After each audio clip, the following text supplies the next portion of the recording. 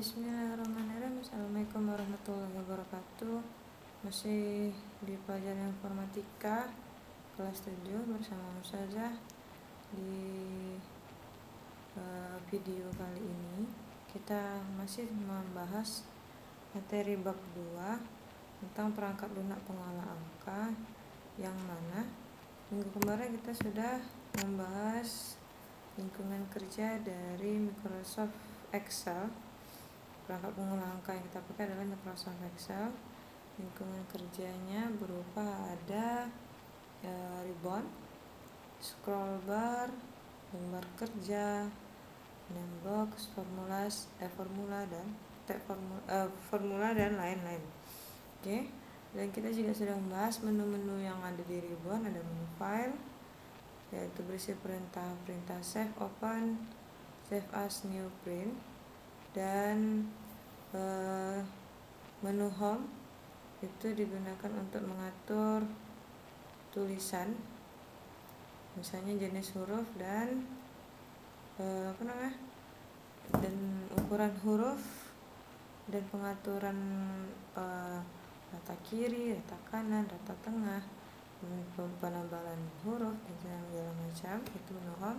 Terus ada menu insert. Menu insert itu digunakan untuk memasukkan objek-objek yang kita butuhkan seperti grafik, terus seperti gambar dan lain-lain. Terus ada juga menu page layout, itu berfungsi untuk memasukkan atau mengatur halaman dari Microsoft Excel. Kita menentukan ukuran kertas, jenis kertas, orientasi kertas itu pada menu page layout. Kemudian di Microsoft Excel juga ada menu formulas. Menu formulas itu berisi tentang fungsi-fungsi yang digunakan pada Microsoft Excel. Makanya ada yang namanya group function library. Terus ada menu data yang berisi berkaitan dengan data seperti analisis data dan lain-lain. Terus ada menu review, itu yang berisi tentang yang berhubungan tentang penulisan kata-katanya, misalnya ada sinonimkah dari kata-kata yang dituliskan, atau spelling and grammarnya ada yang salahkah atau yang benar. Terus nanti ada view, itu berhubungan dengan tampilan layar Microsoft Excel. Nah, kali ini kita akan membahas mengolah data dalam Microsoft Excel halaman 58. Ini dari halaman 58, atau mengolah data dalam Microsoft Excel. Nah, di buku di materi ini saya akan membuat contoh-contoh bagaimana cara melakukan yang ada di buku. Oke, yang pertama membuat lembar kerja baru. Lembar kerja baru yang ada di Microsoft Excel yang ada di buku ini adalah lembar Microsoft Excel yang sudah terbuka. Kalau misalnya belum terbuka, berarti Microsoft Excel-nya bukan seperti yang ada di buku yang dituliskan ya. Ya, oke, kita cek dulu bagaimana cara membuat lembar kerja baru dengan syarat Microsoft Excel-nya sudah terbuka. Kalau apa yang dicatatkan di buku. Pertama, menu file. Kita ambil menu file lalu pilih new. Yang kedua, Ctrl N. Yang ketiga, pada quick access toolbar pilih new. Oke, kita cek. Kalau misalnya Microsoft Excel-nya belum terbuka, berarti kita harus membuka Microsoft Excel. Saya akan memulai dengan membuka Microsoft Excel dengan cara yang pertama. Saya ambil tombol start, lalu cari Microsoft Office, lalu cari Microsoft Excel. Itu cara yang pertama kalau untuk membuka Microsoft Excel sebelum kita membuat lembar kerja baru seperti yang ada di buku. Yang kedua itu kita membuka Microsoft Excel yang ada di desktop. Ini ada desktop ya. Saya klik 2 kali ini. Oke. Di sini sudah terlihat ada book 1 dan book 2. Nah, sekarang kita praktekkan apa yang ada di buku. Membuat lembar kerja baru dengan menu file dan kemudian pilih new. Ini book 1. Ini ambil menu file, terus pilih new. Nah, di new ini ada blank workbook dan ada create. Maka akan muncul book 3. Oke. Nah, sekarang apa lagi katanya? Ctrl N. Ctrl N. Saya berada di book 2. Saya tekan tombol Ctrl di keyboard, tahan, terus Ctrl, terus tekan huruf N. Maka akan keluar book 4. Ya. Terus apa lagi? Di quick access toolbar. Mana quick access toolbar? Ini quick access toolbar ini. Nih, quick access toolbar sudah ada new-nya aktif. New-nya berlambang dengan nih dokumen baru.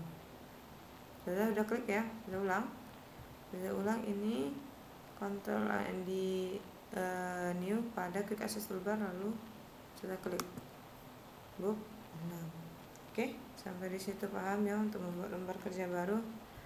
Kemudian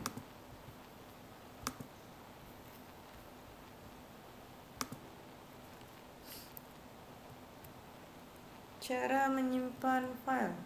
Yang pertama, menu file, pilih save as dengan syarat jika belum pernah tersimpan.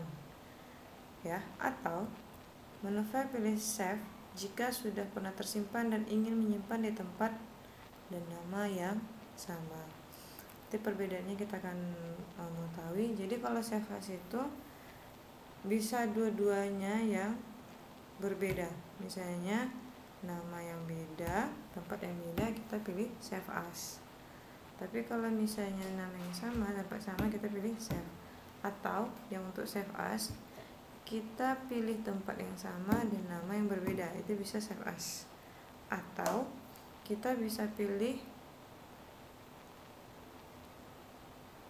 nama yang berbeda, tempat yang sama, udah tadi sebelum. Atau misalnya tempat yang berbeda, nama yang sama. Itu syaratnya, itu untuk memilih save as. Jadi kalau save dua-duanya sama, itu kita pilih save. Oke, kemudian Ctrl S. Nah, Ctrl S ini nggak ada syarat apapun, cuman kalau misalnya dia belum tersimpan, maka dia akan otomatis terpilih save as atau save. Begitu juga dengan quick access toolbar. Oke, saya akan contohkan.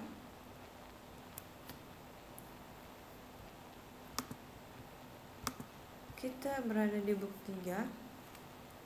Ustazah pilih file, save as dulu.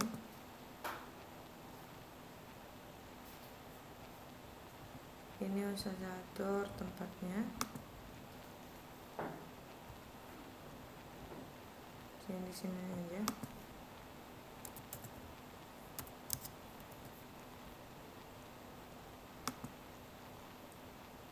Nah, sini udah tersimpan, namanya cek 1. Oke, Ustazah tambah tulisannya, tapi Ustazah pilihnya save. Nah, pilih save, dia tidak akan keluar kotak dialog seperti tadi karena dia menyimpan dengan nama yang sama dan tempat yang sama, hanya isinya berbeda. Ya, kalau misalnya di tempat yang lain saja terus kita pilih save, gimana? Oke, kita cek, lalu pilih save, maka yang akan keluar adalah kotak dialog save as. Begitu juga dengan Ctrl S. Ini belum disimpan, saya pilih Ctrl X, saya buka pakai, saya simpan pakai Ctrl S.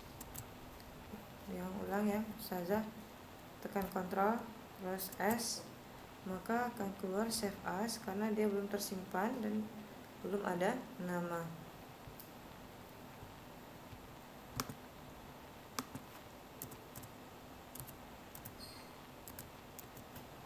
Oke. Nah, ini ada nama, sudah ketik-ketik, lalu Ustazah, Ctrl S lagi, Ctrl S. Sepertinya tidak terjadi perubahan, tapi sebenarnya dia menyimpan karena dia nama yang sama dan tempat yang sama dengan Ctrl S, hanya saja isinya berbeda.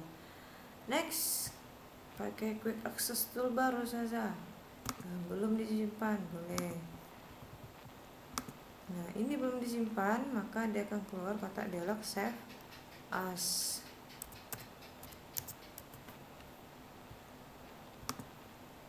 Ya, oke, sama. Kita isi, lalu pilih Save. Nah, jadi Ctrl Save As. Save di Quick Access Toolbar, pilih Save yang ada di Quick Access Toolbar. Maka dia seperti tidak ada proses, tapi sebenarnya isinya berbeda, tapi nama dan tempat yang sama. Nah, itulah perbedaan dari Save dan Save As. Oke, semoga dipahami yang itu. Dan sekarang kita akan lanjut ke tipe data Microsoft Excel.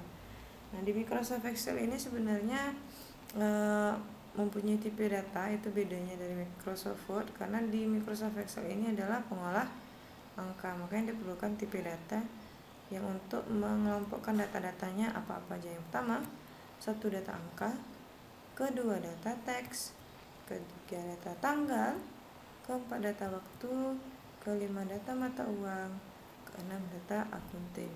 Nah, apa-apa saja beda dari tipe data ini? Silakan tonton video materi kita selanjutnya yang di bagian part 2. Sampai jumpa.